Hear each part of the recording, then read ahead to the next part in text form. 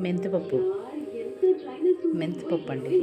మెంతిపప్పు rice వేడి వేడిగా చూడండి. మెంతిపప్పు అంటే మళ్ళీ అన్నీ ఫస్ట్లోనే తిరగబాత పెట్టేసి వేస్తాం.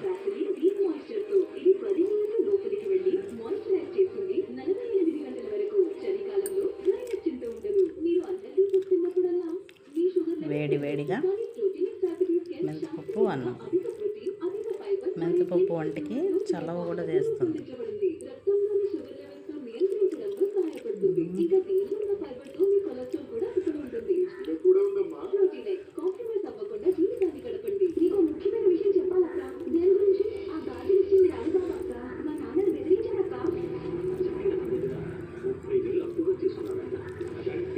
సూపర్ టేస్ట్ ఉంది ఈరోజు.